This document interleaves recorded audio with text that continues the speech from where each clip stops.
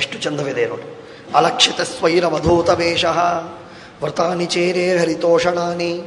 ಈ ಕ್ಷೇತ್ರಗಳಿಗೆ ಬಂದಾಗ ನಾನಾ ವಿಧವಾದ ವ್ರತಗಳನ್ನು ಮಾಡೋದು, ಬೇರೆ ಬೇರೆ ವ್ರತಗಳು, ಉಪವಾಸ, ಜಪತಪಾದಿಗಳು, ಧಾರಣೆ ಪಾರಣಿ, ನಾನಾ ವಿಧವಾದ ವ್ರತಗಳು. ನಿರಂತರವಾಗಿ ಪಾಠ ಶ್ರವಣ, ಜಪವನ್ನು ಮಾಡೋದು, ದಾನವನ್ನು ಕೊಡೋದು, ಯಜ್ಞಯಾಗಾದಿಗಳನ್ನು ಮಾಡೋದು, ಇವನ್ನೆಲ್ಲ ಮಾಡ್ತಾ ಹೋಗೋದು. ಇವು ಹರಿತೋಷಣವಾದ. ಇತ್ತಂ ವ್ರಜನ್, ಹೀಗೆ ಭಾರತಮೇವ ವರ್ಷಂ, ಭಾರತ ವರ್ಷವೇ. ಯಾಕೆಂದರೆ ಭಾರತ ವರ್ಷವನ್ನು ಬಿಟ್ಟು ಬೇರೆ ವರ್ಷಗಳೆಲ್ಲವೂ ಕೂಡ ಇವು ಅಗಮ್ಯವಾದದ್ದು, ಅಂದರೆ ಅವು ನಿಷಿದ್ಧವಾದ ಕ್ಷೇತ್ರಗಳು, ಅವುಗಳಿಗೆ ಹೋಗಲಿಕ್ಕಿಲ್ಲ, ಅದು ಪಾಪ ಬರ್ತದೆ. ಹಾಗಾಗಿ ಹೀಗೆ ಸಂಚಾರ ಮಾಡ್ತಾ ಮಾಡ್ತಾ ಪ್ರಭಾಸ ಕ್ಷೇತ್ರಕ್ಕೆ ಬಂದ. ಪ್ರಭಾಸ ಕ್ಷೇತ್ರಕ್ಕೆ ಬಂದಾಗ ತಾವತ್ ಶಶಾಸ ಕ್ಷಿತಿಂ ಏಕಚಕ್ರಾಂ. ಆಗ ಪರಮಾತ್ಮನ ಅನುಗ್ರಹದಿಂದ ತನ್ನ ತಮ್ಮಂದಿರಾದ ಭೀಮಾರ್ಜುನರ ಬಲದಿಂದ ಉತ್ತಮವಾಗಿರತಕ್ಕಂತಹ ರಾಜ್ಯವನ್ನು ಆಳ್ತಾ ಇದ್ದ. ಅಲ್ಲಿ ಪ್ರಭಾಸ ಕ್ಷೇತ್ರಕ್ಕೆ ಬಂದಾಗ ವಿದುರನ ಭೇಟಿಯಾಗಿ, ವಿದುರನ ಭೇಟಿಯಾದರೆ ಆ ವಿದುರ ಹೇಳಿದ, ಇಲ್ಲಪ್ಪ, ಈ ಕಡೆಗೆ ಪಾಂಡವರ ಯುದ್ಧವಾಯಿತು, ಕೌರವರೆಲ್ಲ ಸತ್ರು, ಈಗ ಕೃಷ್ಣನೂ ಕೂಡ ಇನ್ನು ಮೇಲೆ ಅವನು ಪರಂಧಾಮಕ್ಕೆ ಹೋಗುವುದು ಅಂತ ನಿಶ್ಚಯ ಮಾಡಿದ್ದಾನೆ. ಪರಂಧಾಮಕ್ಕೆ ಕೃಷ್ಣ ಹೋಗ್ತಾನೆ ಅಂತ 36 ವರ್ಷದ ನಂತರ ಪರಂಧಾಮಕ್ಕೆ ಕೃಷ್ಣ ಹೋಗುವುದನ್ನು ಕೃಷ್ಣನೇ ವಿದುರನಿಗೆ ಹೇಳಿದ್ದ. ಆ ವಿದುರ ಅದನ್ನು ಕೇಳಿಕೊಂಡು ತುಂಬ ನೊಂದು ಕೃಷ್ಣನ ದೇವರ ಹತ್ರ, ಕೃಷ್ಣನ ಹತ್ರ ಬಂದು ಪಾದಕ್ಕೆ ಬಿದ್ದು, ನನಗೆ ಉಪದೇಶ ಮಾಡು ಸ್ವಾಮಿ, ತತ್ವವನ್ನು ಉಪದೇಶ ಮಾಡು, ಜ್ಞಾನವಿಲ್ಲ ನನಗೆ, ಉದ್ಧಾರವಾಗಲಿ ನಂದು ಎಂಬುದಾಗಿ ಬೇಡ್ತಾನೆ. ನೋಡಿ ಎಷ್ಟು ವಿಚಿತ್ರವಾಗಿದೆ, ಎಷ್ಟು ವಿಚಿತ್ರವಾಗಿದೆ. ತಿಳಿರಿ, ಒಂದು ಮಾತು ಹೇಳ್ತೇನೆ. ಉಪದೇಶ ಮಾಡುವ ಮಹಾ ವಿದ್ವಾಂಸರೆಲ್ಲ ಇದ್ದಾರೆ, ಕೃಷ್ಣ ಇದ್ದಾನೆ. ಆಗ ಉದ್ಧವ ಕೇವಲ ಯಜ್ಞಯಾಗವನ್ನು, ಧಾರಣೆ ಪಾರಣಿಯನ್ನು, ಹೋಮ ಹವನಗಳನ್ನು, ಜಪತಪಗಳನ್ನು, ತೀರ್ಥಕ್ಷೇತ್ರ ಯಾತ್ರೆಯನ್ನು ಅಷ್ಟೇ ಮಾಡ್ತಾ ಕೂತರೆ ಕೃಷ್ಣ ಪರಂಧಾಮಕ್ಕೆ ಹೋದ ಮೇಲೆ ಉಪದೇಶ ಯಾರು ಮಾಡೋರು? ಜ್ಞಾನಿಗಳು ಬದುಕಿದಾಗ, ಜ್ಞಾನಿಗಳು ಸಿಕ್ಕಾಗ ಅವರಿಂದ ಉಪದೇಶವನ್ನು ಪಡಿಬೇಕು. ನಾಸಿಕದ ಕೃಷ್ಣಾಚಾರ್ಯ, ಗುಂಡಾಚಾರ್ಯ ಅವರು, ನಮ್ಮ ಆಚಾರ್ಯರು ಕಾಲವಾಗುವುದಕ್ಕಿಂತ ಮೊದಲು 2 ತಿಂಗಳು ಮಾಟುಂಗ ಮನೆಯಲ್ಲಿದ್ದರು. ಅವರಿಗೆ ಸೇವೆಗೆ ಕೃಷ್ಣಾಚಾರ್ಯರು, ನಮ್ಮ ವಸಂತಾಚಾರ್ಯರು, ಆಮೇಲೆ ಗಲಗಲಿ ಪ್ರಹ್ಲಾದಾಚಾರ್ಯರು, ಆಮೇಲೆ ಗೋಪಾಲಾಚಾರ್ಯ ಅಕಮಂಚಿ, ಇವೊಂದು 5 ಜನ ಇದ್ದರು. ನಮ್ಮ ವೆಂಕಣ್ಣಾಚಾರ್ಯ ಇವರೆಲ್ಲ ಇದ್ದರು. ಅಲ್ಲಿ ಮುಕುಂದಾಚಾರ್ಯರು, ಸರ್ವಜ್ಞಾಚಾರ್ಯ ಚಿಕ್ಕವರು, ಅವರು ಇದ್ದರು. ಆಗ ಗುಂಡಾಚಾರ್ಯರು ಪಾದವತ್ತಾ ಇದ್ದರೆ ಆಗ ಆಚಾರ್ಯ ಹೇಳಬೇಕಂತೆ, ಪ್ರಶ್ನೆ ಕೇಳು, ಪ್ರಶ್ನೆ ಕೇಳು. ಆಚಾರ್ಯರು ಬಹಳ ದೊಡ್ಡವರು, ಇವರು ಬಹಳ ಚಿಕ್ಕವರು, ಏನು ಕೇಳಬೇಕು ಪ್ರಶ್ನೆ ಅಂತ ಗೊತ್ತಿಲ್ಲ. ಅದಕ್ಕೆ ಅವರು ಅನ್ನಬೇಕು, ಮುಂದೆ ಯಾರು ಹೇಳಲಿಕ್ಕೆ ಸಿಗ್ತಾರೆ ನಿಮಗೆ, ಕೇಳು ಪ್ರಶ್ನೆ.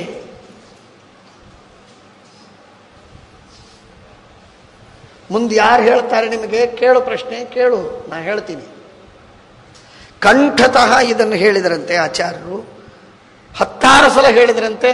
ಏನು ಪ್ರಶ್ನೆ ಕೇಳಬೇಕು ಗೊತ್ತಿಲ್ಲ, ಚಿಕ್ಕವರಿಗೆ ಏನು ಪ್ರಶ್ನೆ ಕೇಳ್ತಾರೆ, ಏನು ಕೇಳಬೇಕು ಗೊತ್ತಿಲ್ಲ. ಈಗ ಪಶ್ಚಾತ್ತಾಪ ಪಡ್ತೀವಿ, ಆಚಾರ್ಯ ಹೋದರು, ಯಾರಿಗೆ ಕೇಳೋಣ ಈಗ?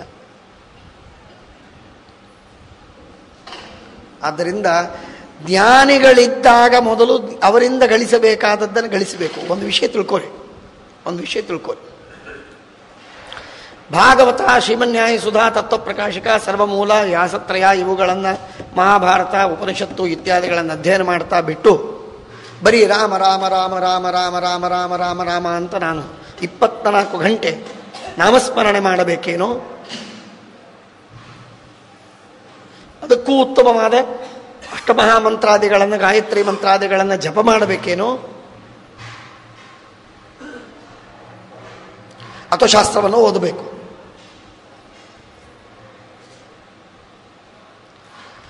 ತಿಳಿದೆ, ನಾನು ಹೇಳುವ ಲಾಜಿಕ್ ತಿಳ್ಕೊಳ್ರಿ.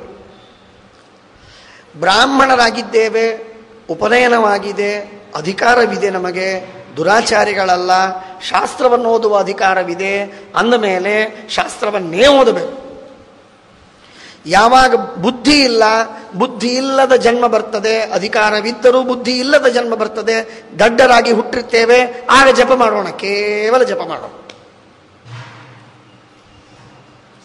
ಯಾವ ಅಧಿಕಾರನೂ ಇಲ್ಲ, ಶೂದ್ರರಾಗ್ತೇವೆ, ಆಗ ರಾಮ ರಾಮ ರಾಮ ರಾಮ ರಾಮ ಅಂತ ಕೂಡೋಣ.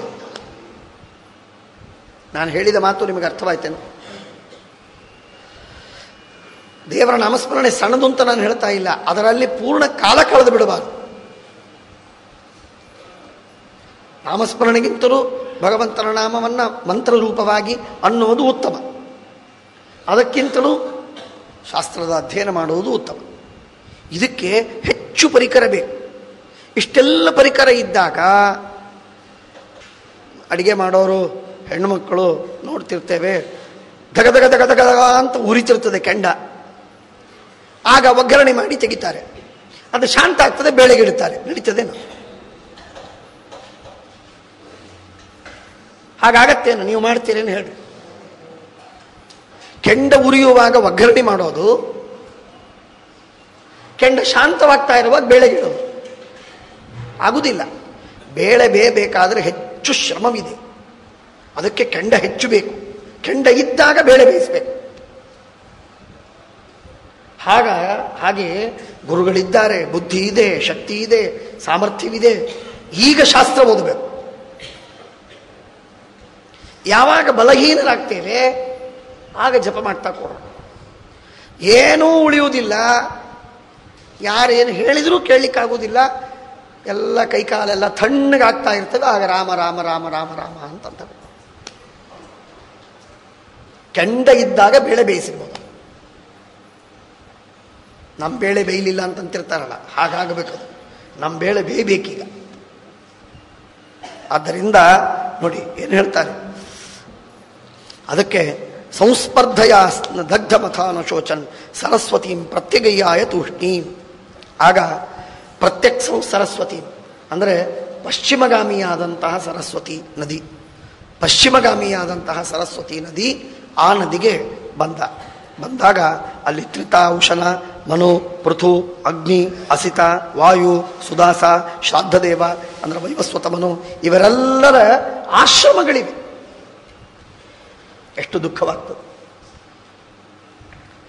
ಒಬ್ಬ ಸಜ್ಜನ ಇಲ್ಲಿ ರಾಜರೋ, ಮಹಾತ್ಮರೋ, ಬಾದರಾಯಣರೋ, ಪರಶುರಾಮರೋ, ಯಾರೋ ನಾರದಾದಿಗಳೋ, ಯಾರೋ ಮಹಾತ್ಮರೋ, ಪರೀಕ್ಷಿತ್ ಒಬ್ಬವನು ಕೂತ ಅಂದರೆ ಹರಿದ್ವಾರದಲ್ಲಿ ಅಷ್ಟೂದ್ದ ಇರುವ ಈ ಪಾರ್ಶ್ವ ಆ ಪಾರ್ಶ್ವಗಳಲ್ಲಿರುವಂಥ ಎಲ್ಲ ಸಜ್ಜನರು ಏಕತ್ರ ಬಂದು ಕೂತು ಬಿಡ್ತಿದ್ರು. ಅಷ್ಟು ಆಶ್ರಮಗಳು ನದಿಯ ಪಕ್ಕದಲ್ಲಿ. ಅಷ್ಟೆಲ್ಲ ಆಶ್ರಮದಲ್ಲಿರುವಂತಹ ಆಯತನಗಳಿಗೆ, ಆ ಕೃಷ್ಣನ ಮಂದಿರಗಳಿಗೆ ಅವುಗಳ ದರ್ಶನವನ್ನು ಮಾಡಿಕೊಂಡು ಉದ್ಧಾರವಾಯಿತು. ದರ್ಶನವಷ್ಟೇ. ಅದಾದ ಮೇಲೆ ಸುರಾಷ್ಟ್ರ, ಸೌವೀರ, ಮತ್ಸ್ಯ, ಕುರುಜಂಗಲ ಇತ್ಯಾದಿಗಳನ್ನು ಮಾಡಿಕೊಂಡು ಕೊನೆಗೆ ಯಮುನಾ ನದಿಗೆ ಬಂದ. ಯಮುನಾ ನದಿಗೆ ಬಂದಾಗ ಉದ್ಧವ ಅಲ್ಲಿ ಸಿಗ್ತಾನೆ. ಉದ್ಧವ ಸಿಕ್ಕಾಗ ಅವನನ್ನು ಗಾಢವಾಗಿ ಆಲಿಂಗನ ಮಾಡಿಕೊಂಡು, ಶೂದ್ರನಾದ ವಿದುರನಾದರೂ ವಿದುರ ಅಪರೋಕ್ಷ ಜ್ಞಾನಿಯಾದದ್ದರಿಂದ ಅವನನ್ನು ಉದ್ಧವ ಕ್ಷತ್ರಿಯನಾಗಿದ್ದರೂ ಗಾಢವಾಗಿ ಆಲಿಂಗನ ಮಾಡಿಕೊಳ್ತ. ಅಪರೋಕ್ಷ ಜ್ಞಾನಿ ಆದದ್ದರಿಂದ ಅವನನ್ನು ಗಾಢವಾಗಿ ಆಲಿಂಗನ ಮಾಡಿಕೊಂಡು ಆಗ ಪ್ರಶ್ನೋತ್ತರ ಪ್ರಾರಂಭವಾಗ್ತದೆ. ಕೃಷ್ಣ ಹೇಗಿದ್ದಾನೆ, ಬಲರಾಮದೇವರು ಹೇಗಿದ್ದಾರೆ, ವಸುದೇವ ಹೇಗಿದ್ದಾನೆ, ಪ್ರದ್ಯುಮ್ನ ಹೇಗಿದ್ದಾನೆ, ಉಗ್ರಸೇನ, ಸಾಂಬ, ಸಾತ್ಯಕಿ, ಅಕ್ರೂರ, ದೇವಕಿ, ಅನಿರುದ್ಧ, ಧರ್ಮರಾಜ, ಭೀಮ ಇವರೆಲ್ಲರೂ ಹೇಗಿದ್ದಾರೆ ಇತ್ಯಾದಿಯಾಗಿ ಪ್ರಶ್ನೆಗಳನ್ನು ಕೇಳ್ತಾ ಹೋಗ್ತಾನೆ. ಸೋಹಂ ಹರೇರ್ಮರ್ತ್ಯ ವಿಡಂಬನೇನ ದೃಶೋ ನೃಣಂ ಚಾಲಯತೋ ವಿಧಾತು ನಾನ್ಯೋಪಲಕ್ಷ್ಯ ಪದವಿಂ ಪ್ರಸಾದ ಚಲಾಮಿ ಪಶ್ಯನ್ ವಿಗತಸ್ಮಯೋತ್ರ. ನೂನಂ ನೃಪಾಣಂ ತ್ರಿಮದುತ್ಫತಾನಾಂ ಮಹಿಂ ಮುಹುಶ್ಚಾಲಯತಾಂ ಚಮೋಭಿ ವಧಾತ್ ಪ್ರಪನ್ನಾರ್ತ್ಯ ಹರಿಯರಶೇಷಃ ಉಪೈಕ್ಷತಾಘಂ ಭಗವನ್ ಕೃಪಾಣ ಕುರುಣ. ಕೃಷ್ಣ ಕೌರವರು ಮಾಡಿದ ಅಪರಾಧಗಳನ್ನು ಉದಾಸೀನ ಮಾಡಿದ. ಯಾಕೆ ಮಾಡಿದ ಅಂದರೆ ಅವರು ಮಾಡುವಂತಹ ಮಹಾಪಾಪಕ್ಕೆ ದೊಡ್ಡ ದಂಡನವನ್ನು ಮಾಡುವುದಿತ್ತು. ಅದಕ್ಕಾಗಿ ಅದನ್ನು ಉದಾಸೀನ ಮಾಡಿ. ಹಾಗಾಗಿ ಕೆಲವೊಮ್ಮೆ ನಮಗಲ್ಲ, ನಾವೆಲ್ಲ ವಿಷ್ಣು ಭಕ್ತರು, ನಮಗೂ ಕೆಲವೊಮ್ಮೆ ನಾವು ತಪ್ಪು ಮಾಡ್ತಾ ಹೋದಾಗ ನಮಗೇನು ಅನರ್ಥವಾಗಲಿಲ್ಲ ಅಂತ ಅನ್ಕೊಂಡು ಆ ತಪ್ಪುಗಳು ಸರಿ ಅಂತ ಅನ್ಕೋತೇವೆ.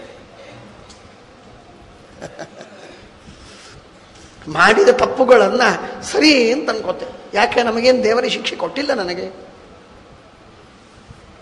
ಇಂಥ ನಾವು ಉನ್ಮತ್ತರೇ, ಇಂಥ ಅನೇಕ ಉನ್ಮತ್ತರು ಜಗತ್ತಿನಲ್ಲಿ ಇರ್ತಾರೆ. ನಮಗೇನಾಗಿದೆ?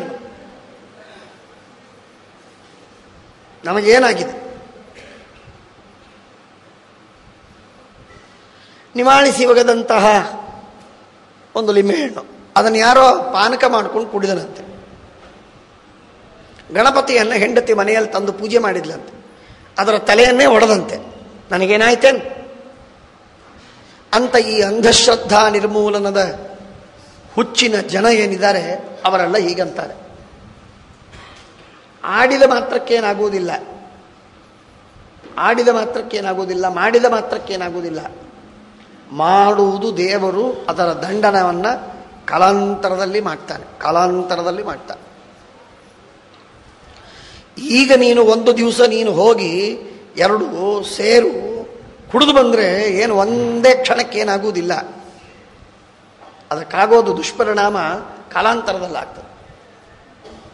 ಹಾಗೆ ಅದಕ್ಕೆ ಹೇಳ್ತಾನೆ, ಎಷ್ಟು ಮಹತ್ವದ ಮಾತು ಭಾಗವತ ಹೇಳಿದನೆ. ಮಾತಿಗೆ ಹೆಜ್ಜೆಗೆ ಅನೇಕ ತತ್ವವನ್ನು, ಅನೇಕ ಸಿದ್ಧಾಂತವನ್ನು, ಕರ್ಮ ಬಂಧನದ ಕ್ರಮವನ್ನು, ಭಗವಂತ ದಂಡನ ಮಾಡುವುದು, ಪ್ರಸಾದ ಮಾಡುವುದು, ಇವುಗಳ ಕ್ರಮವನ್ನು ನಮಗೆ ತಿಳಿಸ್ತಾರೆ. ಬಹಳ ವಿಚಿತ್ರವಾಗಿ ತಿಳಿಸ್ತಾರೆ. ಅಂದರೆ ಹೇಳುವ ತಾತ್ಪರ್ಯವೇನು ಅಂದರೆ, ಹೀಗೆ ಭಗವಂತ ಸಂಸಾರವನ್ನು, ಜಗಚ್ಚಕ್ರವನ್ನು ನಡೆಸುವುದಕ್ಕೆ ಒಂದೇ ಕ್ರಮವನ್ನು ಇಟ್ಟಿಲ್ಲ. ಪಾಪವನ್ನು ಮಾಡಿದೀಯಾ, ಮಾಡು, ಇನ್ನಷ್ಟು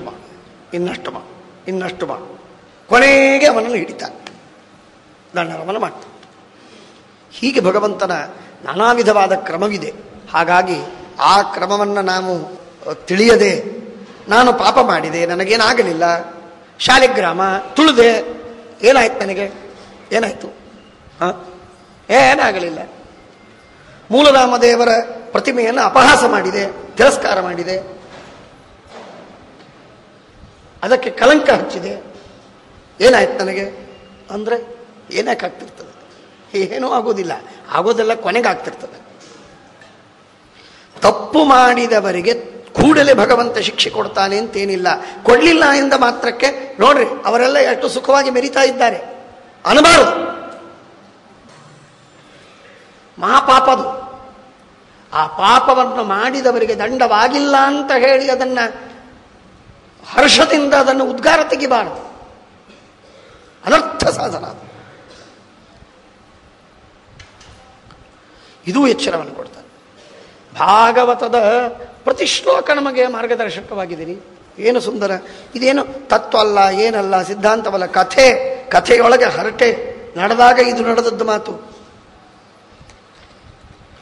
ನೂನಂ ನೃಪಾಣಾಂ ತ್ರಿಮದೋತ್ಪಥಾನಾಂ ಮಹೀಂ ಮುಹುಶ್ಚಾಲಯತಾಂ ಚಮೂಭಿ ವಧಾತ್ ಪ್ರಪನ್ನ ಆರ್ತಿಜಿಹೀರ್ಷಯೇಷಃ ಉಪೈಕ್ಷತಾಘಂ ಭಗವಾನ್ ಕುರುಣಾಂ. ಉಪೇಕ್ಷೆ ಮಾಡಿದ ಪರಮಾತ್ಮ ಇತ್ಯಾದಿ. ಅಂಥ ಪರಮಾತ್ಮನ ಕಥೆಯನ್ನು ಹೇಳು ಅಂತ ಕೇಳಿದಾಗ ವಾರ್ತೆಯನ್ನು, ಭಗವಂತನ ಕಥೆ ಅಂತಂದ ತಕ್ಷಣಕ್ಕೆ 1 ಗಂಟೆ ಮೊದಲು ಕಣ್ಣಲ್ಲಿ ನೀರು ಸುರಿಸಿ ಔತ್ಕಂಠದಿಂದ ಕಣ್ಣಲ್ಲಿ ನೀರು ತುಂಬಿತು, ಗದ್ಗದಿತನಾದ, ಮೈ ರೋಮಾಂಚವಾಯಿತು, ಧ್ಯಾನಮಗ್ನಾಗಿ ಬಿಟ್ಟ. ಕ್ಷಣಕ್ಕೆ ಧ್ಯಾನಮಗ್ನಾದ. ಇದು ಮನುಷ್ಯ ಯಾವುದನ್ನು ತಾನು ನಿತ್ಯದಲ್ಲಿ ರೂಢಿ ಮಾಡಿಕೊಂಡಿರ್ತಾನಲ್ಲ ಅದು ಅವನ ಜೀವನದಲ್ಲಿ ಬಹಳ ಸಹಜವಾಗ್ತದೆ. ನಿತ್ಯ ದೇವರ ಭಕ್ತಿ, ದೇವರ ಧ್ಯಾನ ಇವುಗಳನ್ನು ಮಾಡಿ ಮಾಡಿ ಮಾಡಿ ರೂಢಿ ಮಾಡಿಕೊಂಡವನಿಗೆ ದೇವರ ನಾಮಸ್ಮರಣೆ ಮಾಡಿದ ಕ್ಷಣಕ್ಕೆ ಅವನಿಗೆ ಲಾಗಲಿ ಸಮಾಧಿ ಮಗ್ನಾಗಿ ಬಿಡ್ತಾನವನು. ಹೀಗಾಗ್ತದೆ. ಸಂಗೀತ ಹೇಳ್ತಾ ಇರುವಾಗ ತಬಲಾ ಬಾರಿಸುವವನಿಗೆ ಅಲ್ಲೇ ತಬಲಾ ಬಾರಿಸ್ಲಿಕ್ಕೆ ಶುರು ಮಾಡ್ತಾನೆ. ಅದು ರೂಢಿ ಅವನು. ಅಲ್ಲ, ಹಾಡದೇ ಇದ್ರೂ ಕೆಲವರು ಬಾರಿಸ್ತಿರ್ತಾರೆ, ಅದು ಬೇರೆ. ಅದು ಅವ್ರ ಚಟ. ಅದು ಎಲ್ಲೋ ನರ ಸ್ವಲ್ಪ ಢೀಲ ಆಗಿರ್ತದೆ, ಹಾಗಾಗಿ ಬಾರಿಸ್ತಿರ್ತಾರೆ, ಅದು ಬೇರೆ. ನೃತ್ಯ ಮಾಡುವವರಿಗೆ ಹಾಡು ಕೇಳಿದ ತಕ್ಷಣ ಕೈಕಾಲ ಶುರುವಾಗ್ತವೆ, ಮತ್ತೆ ಗಪ್ ಸುಮ್ಮನೆ ಕೊಡ್ತಾರೆ. ನೃತ್ಯ ಮಾಡಬೇಕು ಅಂತ ಅನಿಸ್ತಿರ್ತದೆ. ವಾದ ನಡೆದಾಗ ವಿದ್ವಾಂಸರಿಗೆ ಉತ್ತರ ಕೊಡಬೇಕು ಅಂತ ಅನಿಸ್ತಿರ್ತದೆ. ಬಂಧನ ಇರ್ತದೆ ಅಂತ ಅನ್ನೋದಕ್ಕಾಗಿ ಸುಮ್ಮನೆ ಕೊಡ್ತಾರೆ ವಿದ್ವಾಂಸರೆಲ್ಲ. ಚರ್ಚೆಯ ವಾದದ ಸಂದರ್ಭದಲ್ಲಿ ಹಾಗೆ ಆಗೋದು. ಇಬ್ಬರು ವಾದ ಆಗ್ತಿರ್ತಾರೆ, ಅವನು ಉತ್ತರ ಕೊಡ್ತಿರ್ತಾನೆ, ಆದರೆ ಇವರಿಗೂ ಉತ್ಸಾಹ ಅಷ್ಟು. ಸಾಮಾನ್ಯವಾಗಿ ಹಾಗೆ ಆಗೋದು. ಹಾಗಾಗಿ ಗಲಾಟೆ ಆಗೋದು ನಮ್ಮಲ್ಲೆಲ್ಲ. ಭಗವಂತ ಒಬ್ಬನೇ ಅವರಿಗೆ ನಿಯಾಮಕ, ಅವನು ಬೇರೆ ಅದೃಶ್ಯನಾಗಿರ್ತಾನೆ, ಗಲಾಟೆ ಹೆಚ್ಚಾಗ್ತದೆ. ಇರಲಿ, ಹೇಳುವ ತಾತ್ಪರ್ಯ, ಯಾವುದನ್ನು ನೀವು ನಿತ್ಯದಲ್ಲಿ ಮಾಡಿ ಮಾಡಿ ಮಾಡಿ ರೂಢಿ ಮಾಡಿಕೊಂಡಿದ್ದೀರೋ ಆ ರೂಢಿ ಮಾಡಿದ ಸಂಗತಿ ನಿಮಗೆ ಸುಲಭವಾಗಿ ಬಂದುಬಿಡ್ತದೆ. ದೇವರ ನಾಮಸ್ಮರಣೆ ಮಾಡಿದ್ರು, ಮಾಡಿದ ತಕ್ಷಣ ಇವನು ಸಮಾಧಿ ಹತ್ತಿಬಿಡ್ತದೆ. ಯಾಕೆ?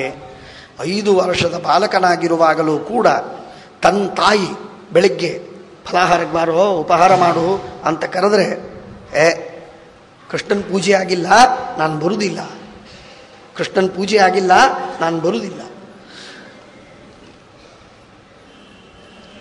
ಮುದುಕರಾಗಿ ಎದ್ದ ತಕ್ಷಣಕ್ಕೆ ಬೆಡ್ ಟೀ ಅಂತ ಕುಡಿತೇವಲ್ಲ, ನಾಚಿಕೆ ಬರುವುದಿಲ್ಲ ನಮಗೆ ಅಂತಂತಾರೆ ಭಾಗವತಾಚಾರ್ಯ.